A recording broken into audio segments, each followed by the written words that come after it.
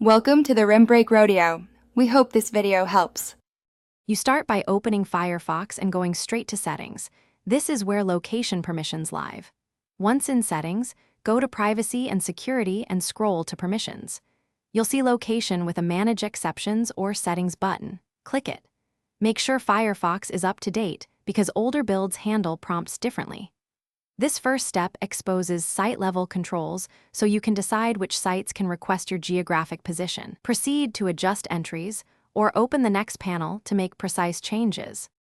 Once you've opened the Location Permissions panel, review each listed site and choose Allow or Block.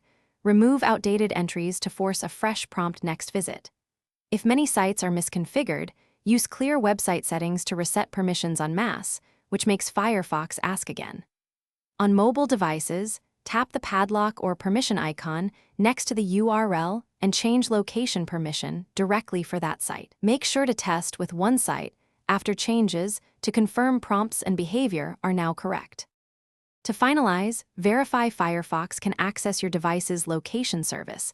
Enable system location in OS settings because Firefox relies on it.